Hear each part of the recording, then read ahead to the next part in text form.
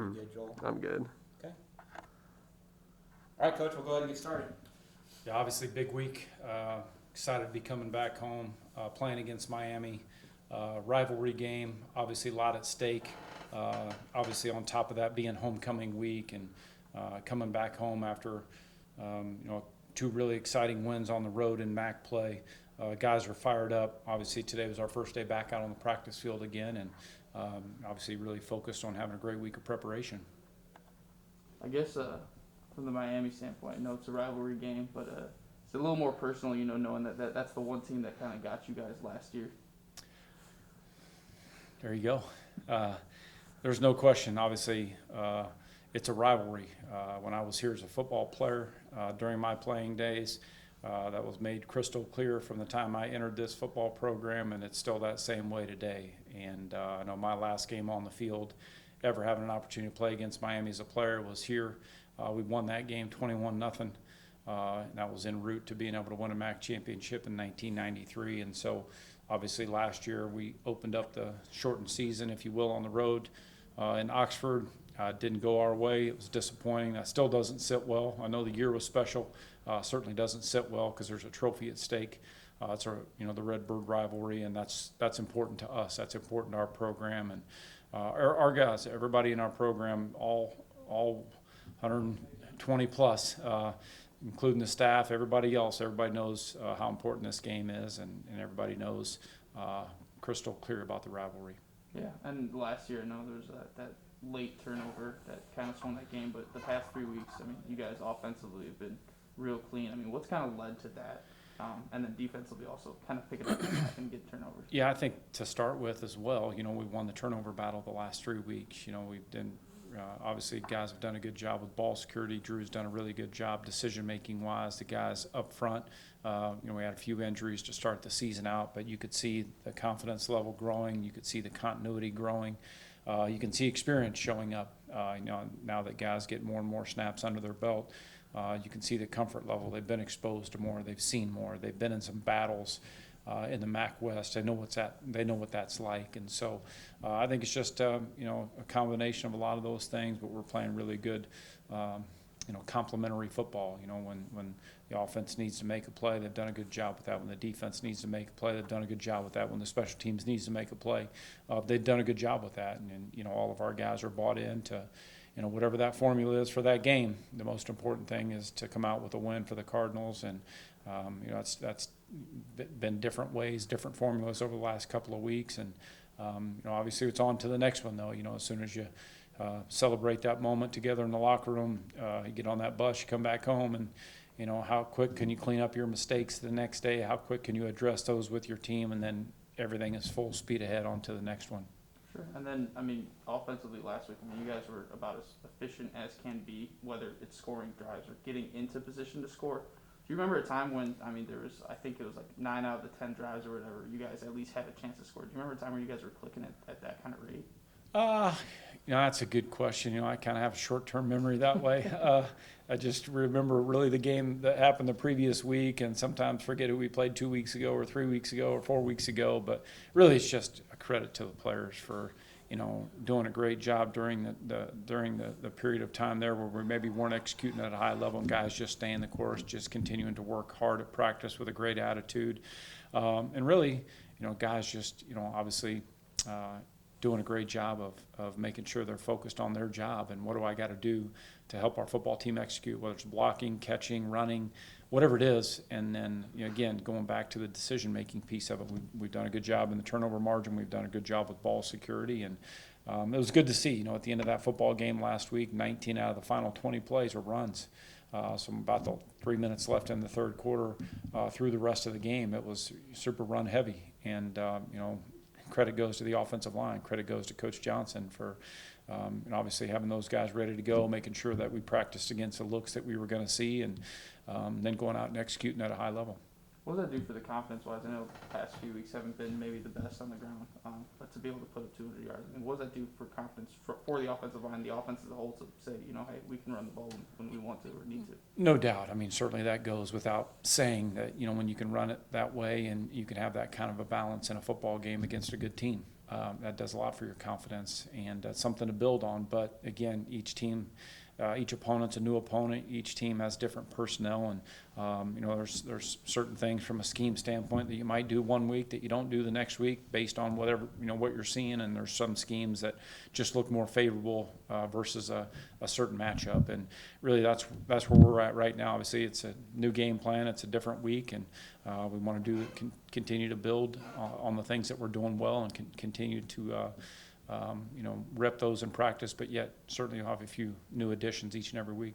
Sure. And then I guess running on the defensive side, the past few weeks, the yards per carry have just been going down. It was 1.77 last week. Yeah.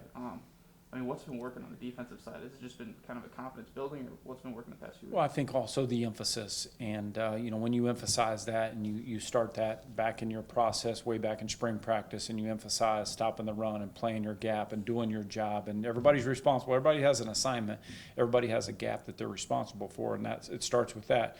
You got to play your gap first, and then you got to handle your past responsibilities after that. And so it just starts with the emphasis in practice, from spring practice to training camp to every single week. Coach Stockton does an unbelievable job, every week of emphasizing that and tackling well. And, I know I've said it a bunch around here, probably sounds like a broken record, but you can't go live all the time. And so as much as we can work a tackling circuit in practice, we do it as much as you can possibly do it without utilizing all 20 hours that we have every week. We work as hard as we possibly can with a tackling circuit each and every day to make sure our guys are just fundamentally sound, their technique sound, and they're doing the right things with how they tackle and running to the football and getting people to the ground. And it's just a mindset, it's a mentality, it's a way we play the game defensively, and it's something that I'm very proud of, because I know Coach Stock and the entire defensive staff take pride in playing defense and doing it the right way.